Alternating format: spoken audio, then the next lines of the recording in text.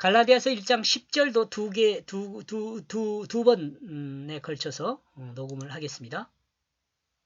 이제 내가 사람들에게 좋게 하랴 하나님께 좋게 하랴 사람들에게 기쁨을 구하랴 내가 지금까지 사람의 기쁨을 구하는 것이 어떠면 그리스도의 종이 아니니라. 맞는 말씀이죠? 하나님 말씀이 맞는 말씀이 당연히. 예. 그러므로 지금 이 순간 내가 사람들을 믿고 있다. 또는 하나님을 또는 내가 사람의 기쁨이 되기를 구하고 있다. 바울은 말합니다. 그러므로 내가 사람을 향하여 너희를 설득하는 것이 옳겠느냐 아니면 하나님을 향하여 하나님을 설득하는 것이 옳겠느냐라고 갈라디아 교회들에게 편지로 묻고 있습니다. 이는 바울이 전제한 자신은 하나님의 사도라는 점에서 다시 한번 강조하는 부분이 될 수 있습니다. 즉 자신은 하나님의 사도이기 때문에 사람을 설득하는 것이 정당하다는 것입니다. 사람을 설득하는 것이 정당. 왜? 하나님으로부터 보냄을 받았잖아요. 그러니까 하나님을 보냄을 받았는데 하나님을 설득하기 위해서 사람을 설득해야지.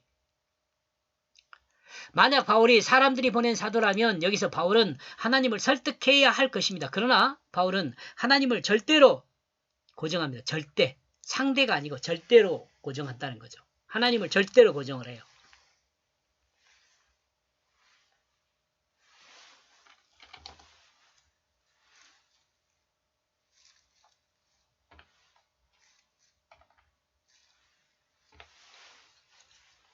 갈라디아 교회들을 설득하고 있습니다. 절대로 고정하고 갈라디아 교회를 설득해요. 즉 하나님의 사자로서 하나님의 관점과 그 뜻을 갈라디아 교회들에게 설명하는 거죠.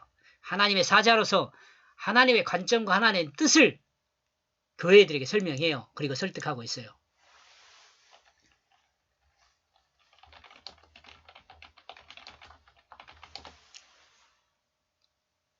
목회자의 설교도 이와 같은 기능을 가진다고 볼 수 있습니다. 사람 편에서 사람을 이해함으로 사람에게 동조하는 것이 아니라 사람의 입장보다는 하나님 편에서 사람이 어떻게 변화되고 어떻게 하나님의 말씀을 실천하면서 하나님의 사람으로 만들어져야 할 것인지를 분명하게 선포하는 목회자가 되어야 한다는 것입니다.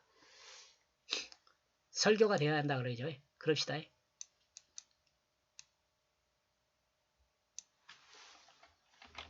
설교가 돼야 돼요. 그렇죠? 설득이 돼야 하는 거니까.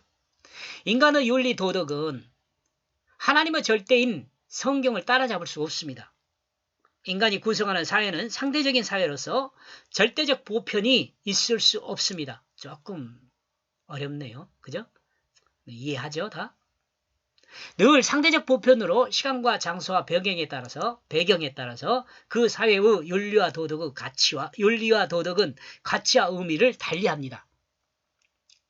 백인의 사회에서 만들어진 의미와 가치, 그리고 아시아권에서 만들어진 의미와 가치, 유럽에서 만들어진 의미와 가치, 이 모두 다를 수 있습니다. 그죠?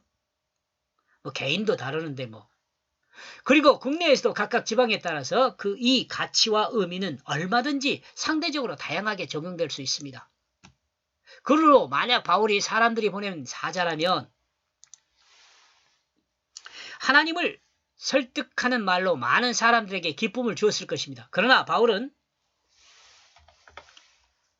사람들에 의해 된 사도가 아니며 사람들에게 배워서 사도가 된 것이 아닙니다. 그러므로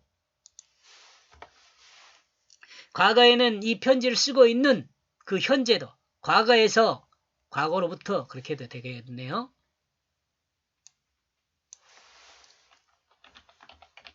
과거로부터 이 편지를 쓰고 있는 그 현재에도 동일한 하나님의 그 말씀을 전하고 있습니다. 여기까지 보겠습니다. 고맙습니다.